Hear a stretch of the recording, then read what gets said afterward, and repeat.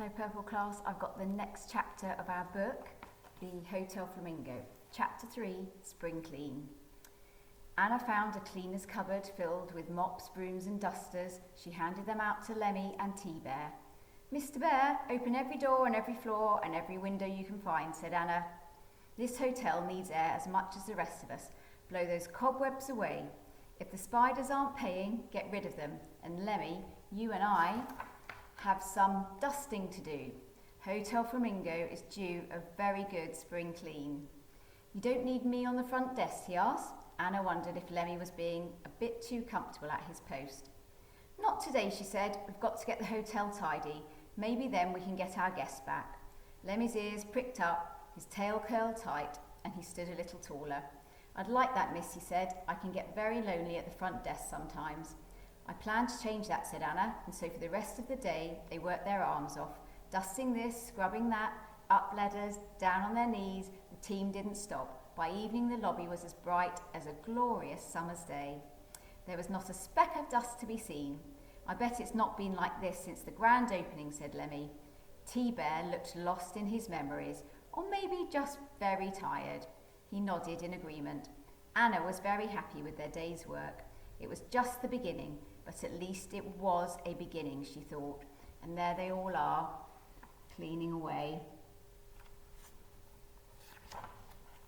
Anna was all set to relax when she heard a door slam upstairs.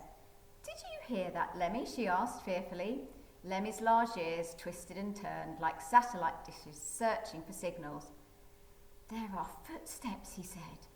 "A burglar," said Anna. Anna nudged T-Bear into life. Though he was old, T-Bear was large and imposing and scared of nothing. He crept to the foot of the staircase, listening hard. Dull, scraping footsteps grew closer.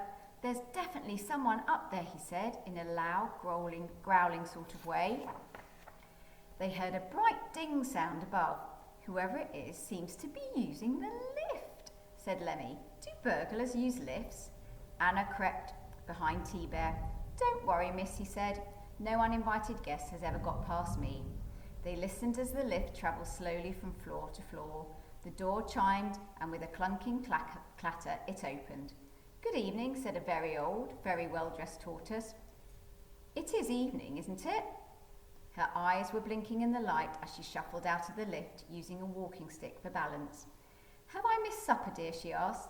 Anna felt a little more brave and left T-Bear's shadow. And there's the tortoise coming out of the lift.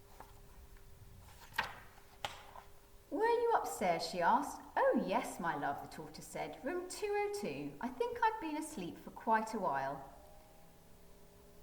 A flash of recognition crossed Lemmy's face. He was very good with guests. "Mrs. Turpington," he said. "That's right, my dear," she replied. "I'm sorry I can't remember your name. Hibernation does funny things to one's head." "It's Lemmy," he said, rushing to take her arm like a gentleman. "Let me find you a seat, madam." "But that means," said Anna, doing the maths, "you've been asleep for 3 years." "Heavens," said Mrs. Turpington.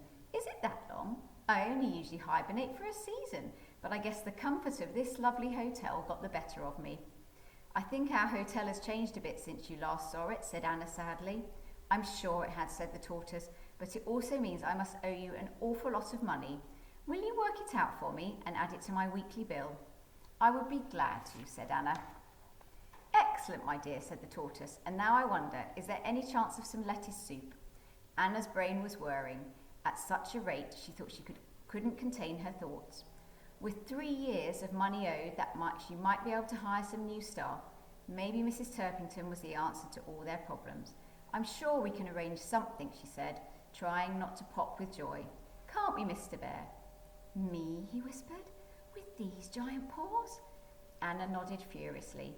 I'll do my best," he stuttered. Lemmy helped Mrs. Turpington into a freshly cleaned chair in the lobby. T-Bear started thinking about the best way to cook lettuce soup. Anna raced off to the office. She closed the door and started dancing on the spot. She had her very first guest to look after. Hotel Flamingo was back in business. And that's the end of the chapter. We'll have another one soon. Bye for now.